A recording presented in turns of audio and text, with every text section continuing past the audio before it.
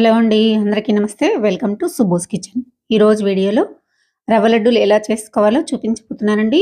ఈ రవ్వ లడ్డూలు తయారు చేసుకోవడానికి పాలు కానీ, పంచదార కానీ, బెల్లం కానీ, పాకం కూడా లేకుండా సింపుల్‌గా, ఈజీగా చేసేసుకోవచ్చండి. చాలా టేస్టీగా ఉంటాయి. చాలా సాఫ్ట్‌గా కూడా ఉంటాయి. ఈ లడ్డూలు వారం రోజుల వరకు నిల్వ కూడా ఉంటాయండి. తప్పకుండా ఈ సాఫ్ట్ అండ్ టేస్టీ లడ్డూలు మీరు కూడా తయారు చేసుకొని ఎలా వచ్చాయో కామెంట్ చేయండి. ముందుగా అయితే ఒక మిక్సీ గిన్నె తీసుకొని, పచ్చి కొబ్బరి తీసుకొని ఇలా మెత్తగా గ్రైండ్ చేసేసి పక్కన పెట్టుకోండి. ఇప్పుడు స్టవ్ పైన ఒక కళాయి పెట్టేసుకొని, పావు కప్పు వరకు నెయ్యిని వేసుకోండి. ఇందులోకి ఒక 10-15 వరకు జీడిపప్పులు వేసుకొని ఫ్రై చేసుకోండి. మంటని లో ఫ్లేమ్‌లో పెట్టుకొని ఇవి కొంచెం ఫ్రై అయిపోయిన తర్వాత కిస్మిస్ కూడా వేసేసుకొని లైట్ గోల్డ్ కలర్ వచ్చేంత వరకు ఫ్రై చేసుకోండి. చూసారు కదా! మనకి గోల్డ్ కలర్ అయితే వచ్చేసినాయి. ఇప్పుడు వీటిని తీసేసి ప్లేట్‌లోకి పెట్టేసుకోండి. ఇవి ఒక పక్కకు పెట్టేసుకుందాము. ఇప్పుడు అదే నెయ్యిలో ఒక కప్పు ఉప్మా రవ్వను వేసుకోండి. దీన్ని సుజి రవ్వ అని కూడా అంటారండి.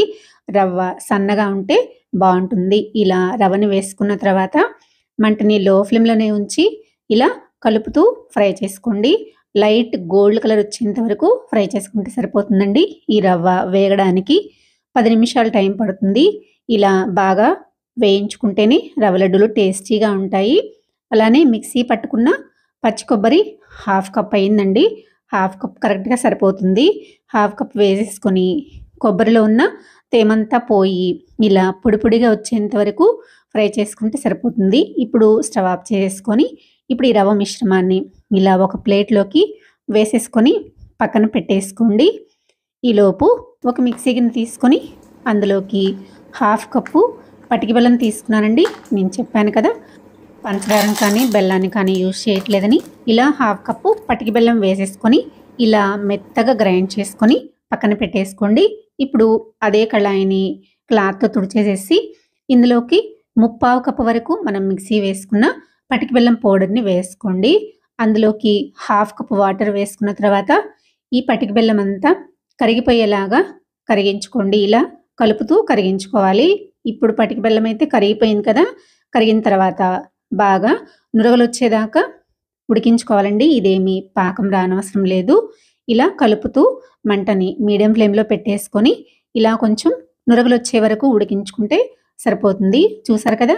ఈ విధంగా ఉడికిన తర్వాత చేత్తోటి మనం తీసుకున్నామంటే మనకి ఆయిల్‌లాగా జిడ్డు జిడ్డుగా అవ్వాలనమాట. అలా జిడ్డుగా అయ్యేంత వరకు ఉడికించుకున్న తర్వాత మనం ఫ్రై చేసుకున్న రవ్వని, కొబ్బరి మిశ్రమాన్ని ఇందులోకి వేసేసుకొని ఒకసారి బాగా కలిపేసేసుకోవాలండి. కలుపుకున్న తర్వాత స్టవ్ ఆఫ్ చేసేసి కలుపుకోవచ్చు. లేదంటే కలుపుకున్నాకైనా ఆఫ్ చేసేసుకోవచ్చండి. చూసారు కదా! ఇప్పుడు కింద నుంచి పై వరకు ఇలా బాగా కలిసిపోయేలాగా కలిపేసేసుకొని ఒక్క 10 నిమిషాల పాటు పక్కన పెట్టేసుకుందాము. 10 నిమిషాల తర్వాత చూపిస్తున్నాను. బాగా పూర్తిగా చల్లారిపోయిందండి. చల్లారింది కాబట్టి ఇక గెరిటతోటి పని లేదు కాబట్టి ఇలా గెరిటని శుభ్రంగా తుడిచేసేసి ఈ గెరిటని పక్కన పెట్టేసుకున్న తర్వాత ఇప్పుడు ఇందులోకి పావు కప్పు వరకు మిల్క్ పౌడర్ వేసుకుంటున్నానండి. ఎక్స్‌ట్రా టేస్ట్ కోసం వేసుకుంటున్నాను. మీకు అక్కర్లేకపోతే స్కిప్ చేసేయండి. ఇలా పౌడర్‌ని వేసుకున్న తర్వాత ఒకసారి ఇలా చేత్తోటి బాగా కలిసిపోయేలాగా ఇలా కలిపేసుకుంటే సరిపోతుందండి. నేను ఇందాక పటిక బెల్లం ఉడికించుకునేటప్పుడు ఇలాచీ పౌడర్ యాడ్ చేసుకోలేదు కాబట్టి ఇప్పుడు ఇందులోకి ఒక టీ స్పూన్ వరకు ఇలాచీ పౌడర్‌ని యాడ్ చేసుకుంటున్నాను. అప్పుడు యాడ్ చేసుకుంటే ఇప్పుడు యాడ్ చేసుకోవాల్సిన అవసరం లేదండి. ఇలా ఒక టీ స్పూన్ ఇలాచీ పౌడర్ వేసుకొని మళ్ళా ఒకసారి బాగా కలిపేసుకోవాలి. ఇలా కలిపేసుకున్న తర్వాత చివరగా మనం ఫ్రై చేసి పెట్టుకున్నాం కదండీ!